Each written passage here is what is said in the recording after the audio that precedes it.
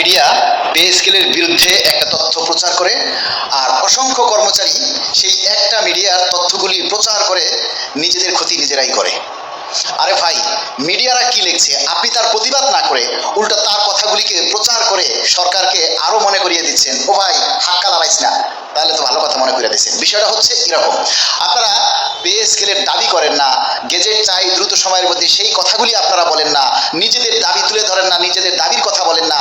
Media কি বলে এগুলি নিয়ে আপনাদের খারাপক্ষণ চুলকানি। তো চুলকানি তো মিডিয়ার চাইতে আপনাদের বেশি। আপনারাই তো মিডিয়াদেরকে সুযোগ করে দিচ্ছেন, মিডিয়াদেরকে ইনকামের ব্যবস্থা করে দিচ্ছেন, আর আমাদেরকে বলেন ভিউ ব্যবসায়ী। মিয়া নিজের জাতকে আগে ঠিক করেন। আপনি কি পে স্কেলের দাবি চাচ্ছেন নাকি পে স্কেলের ক্ষতি চাচ্ছেন? নিজের দেমাকে হালত ঠিক করেন, দেখবেন যে সবকিছু ঠিক হয়ে গেছে। সরকার পে স্কেল নিয়ে অনড় আছে।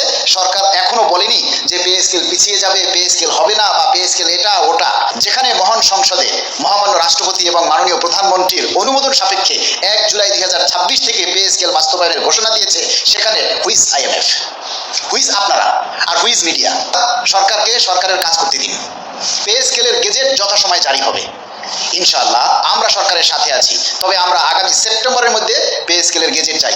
এর মধ্যে সরকারের যত প্রক্রিয়া প্রসিডিউর আছে সেগুলি সারার জন্য বা সেগুলি কমপ্লিট করার জন্য অবশ্যই সরকারকে সেই সময়টা দিতে হবে।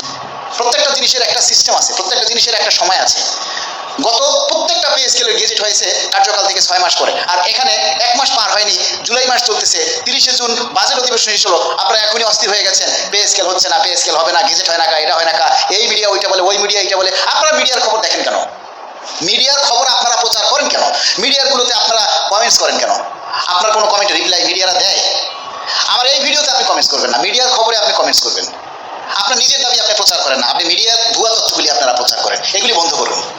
মিডিয়ার কোনো তথ্য আপনারা প্রচার করবেন না, মিডিয়ার কোনো প্রচারে আপনারা লাইক কমেন্ট শেয়ার করবেন না, দেখবেন ওরা এমনি অটোমেটিক্যালি ঠান্ডা হয়ে যাবে, বন্ধ হয়ে যাবে। আপনারা কমেন্টস করেন, আপনারা মিডিয়ারে গালি দেন, আর ওদের ইনকাম হয়।